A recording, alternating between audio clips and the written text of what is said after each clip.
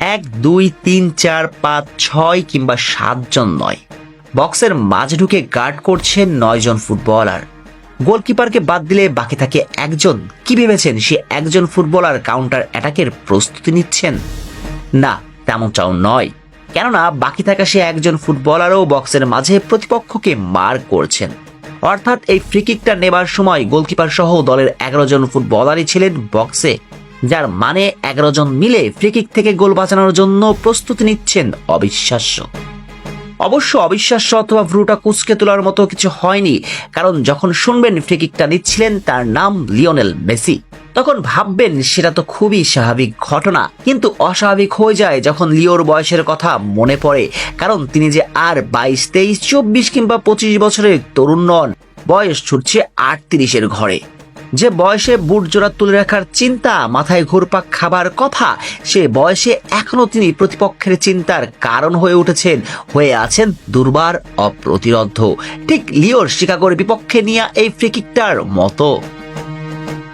শিকাগোর 10 জন footballer কিংবা গোলকিপারকে বোকা বানিয়ে জাদু করে এই ফ্রিকিকটা নিস্তেজ করে দিয়েছিল স্বাগতিক দর্শকদের।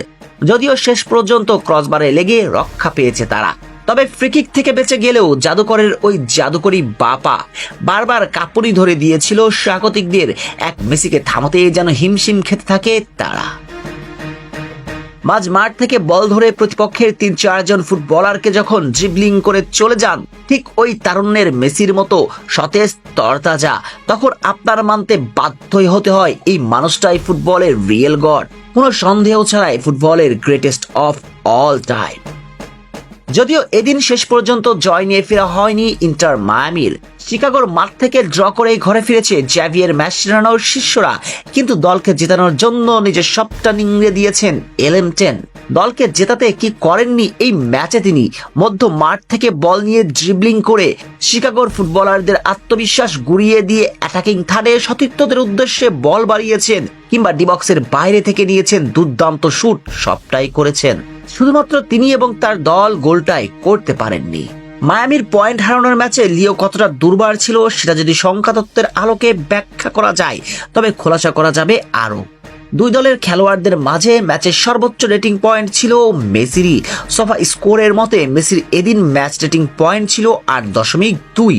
অর্থাৎ এটাই স্পষ্ট করে দেয় লিও ছিলেন কতটা দুর্বার, দুর্দান্ত।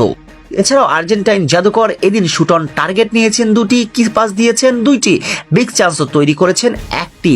সব মিলিয়ে লিও যেন ছিলেন 24-এ সে ঝাঁকড়া চুলের জাদুকর মেসির মতো অনন্য, অনবদ্য, অতুলনীয়। শেখ শ্রাবণ অনিক, টিভি স্পোর্টস।